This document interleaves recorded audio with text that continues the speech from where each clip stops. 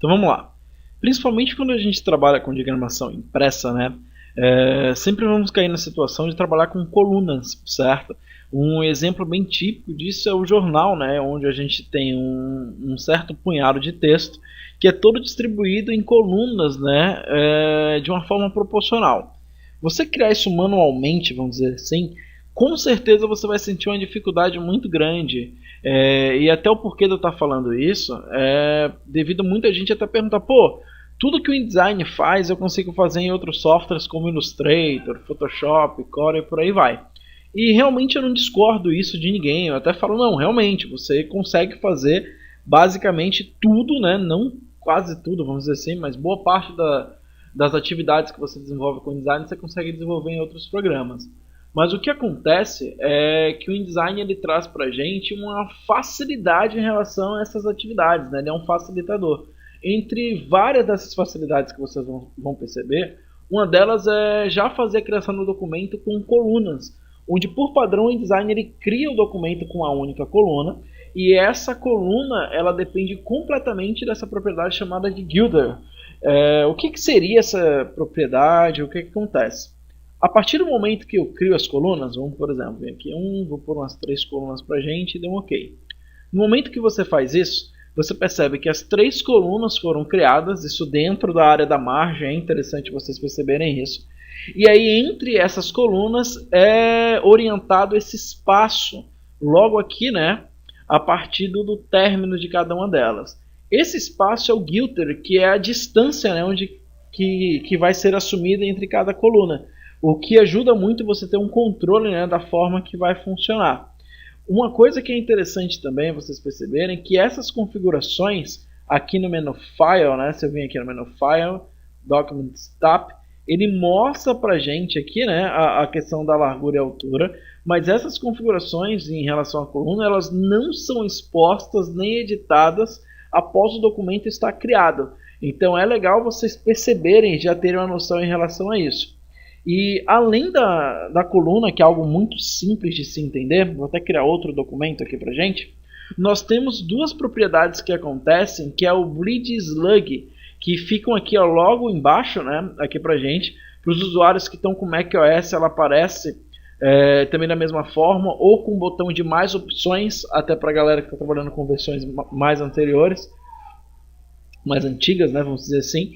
E aí no caso, o Bleed Slug também são áreas de marcação muito semelhantes à margem. O que acontece? Primeiro eu vou configurar o Bleed e vou explicar pra gente, né?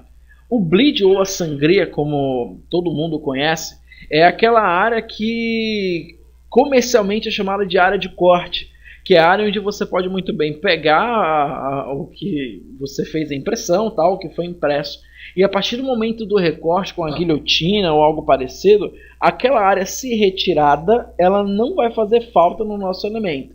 Então se por exemplo eu venho aqui, eu vou pôr uns 10 milímetros de sangria tal, e você vai perceber por eu estar com essa correntezinha aqui habilitada, ele vai pôr proporcional para todos os lados. Então no momento que eu faço isso, no que eu der um OK, você percebe que é criado, né, uma linha vermelha expondo para a gente a área de corte. Então você pode estar criando, até vazando um pouco aí essa área tal, que aí no momento do recorte do elemento, essa área vai ser subtraída e não vai causar nenhum problema de visualização para o seu projeto.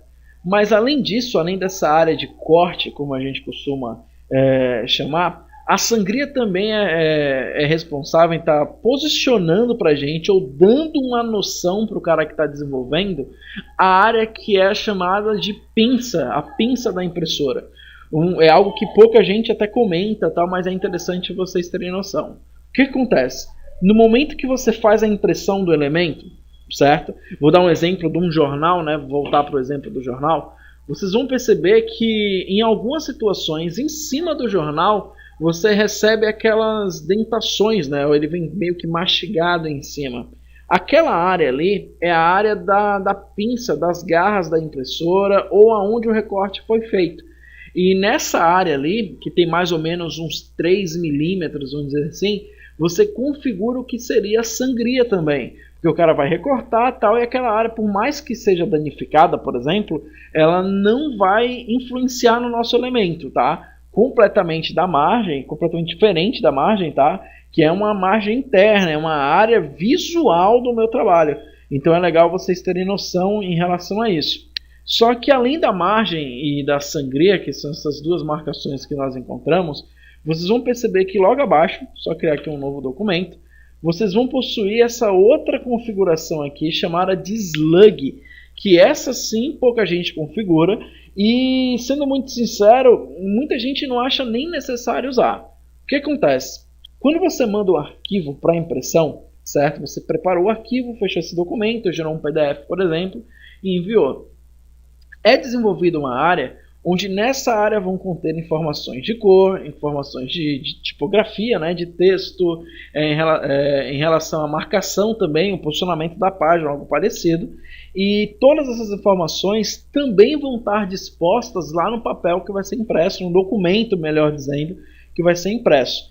E aí o slug é uma área que você vai determinar para que essas informações sejam posicionadas. Aí o que acontece? Imagina que eu configurei aqui pra gente 3 milímetros de sangria, ok? Você vê que ele colocou aqui pra gente por completo esses 3 milímetros. E habilitando aqui, né, o que seria a corrente para manter proporcional, ó, certo? Então eu cliquei, ele vai manter o mesmo valor para todas as extremidades dessa configuração. Eu vou pôr o dobro do valor que eu pus na sangria. Vou pôr aqui, por exemplo, uns 6 milímetros, tá? Ele já criou essa orientação aí pra gente. Vou até pôr diferente. Vou pôr aqui uns 5, né, para todas, e aqui eu vou pôr 10, para a gente ter uma leitura melhor. E aí vocês vão perceber que no momento que você configura o slug e dá um OK, além daquela linha vermelha que nós encontramos no último documento, ó lá que eu expliquei para vocês, vocês vão perceber também que além dela, fica visível, né, outra linha que é essa área azul. Nessa linha azul é onde o momento que o arquivo for fechado, vão ser inseridas aquelas informações adicionais para facilitar a impressão ou posicionamento de uma página em um offset ou algo parecido. E é bom vocês perceberem que essa marcação, né, o slug, ele começa a ser contado da página.